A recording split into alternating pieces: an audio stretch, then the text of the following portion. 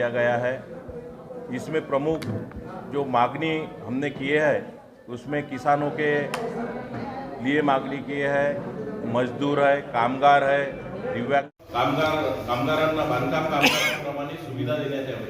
आपण जर पाहिलं तर जे खाजगी कामगार आपण कामावर ठेवतो, मालकाला ज्यावेळेस वाटलं त्यावेळेस त्याला बाहेर काढलं जातं।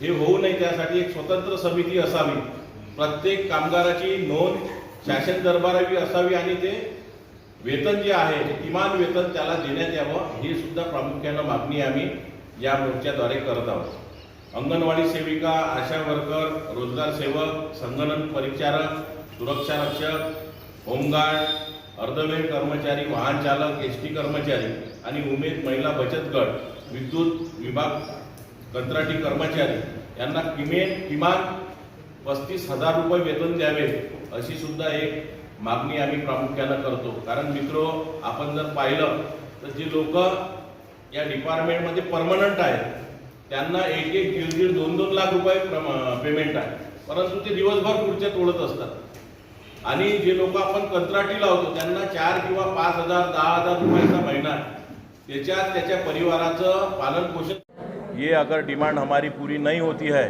तो इसके लिए हम और तीव्र आंदोलन शिवाजी पार्क पे सितंबर महीने में करने जा रहे हैं। और जिस तरीके से कोई भी सरकार आए, सरकार में आने के बाद में जिस तरह किसानों के तरफ, मजदूरों के तरफ, कामगार के तरफ जो दुर्लक्ष्य हो रहा है, उसके लिए लक्ष्य केंद्रित करने के लिए ये आक्रोश मोर्चा का नियोजन किया गया है। कितने दिव्यांग आने वाले हैं, कहाँ से कहाँ तक निकल रहे हैं?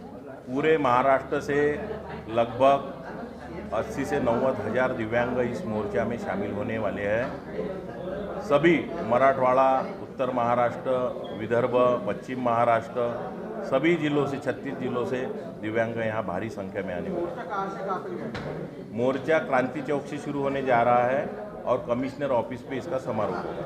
कितने मुद्दे हैं? मुद्दे इसमें 17 मुद्दे हैं। वो मुद्दे किसानों के लिए है, मजदूरों के लिए है, कामगारों के लिए है, दिव्यांगों के लिए है, पत्रकार बंधुओं के भी मुद्दा इसमें लिया गया है। विविध मुद्दों को लेकर आक्रोश मोर्चा। आपका नाम और पद? बल्लू जवंदार, राष्ट्रीय कार्याध्यक्ष, प्रहार जनशक्ति।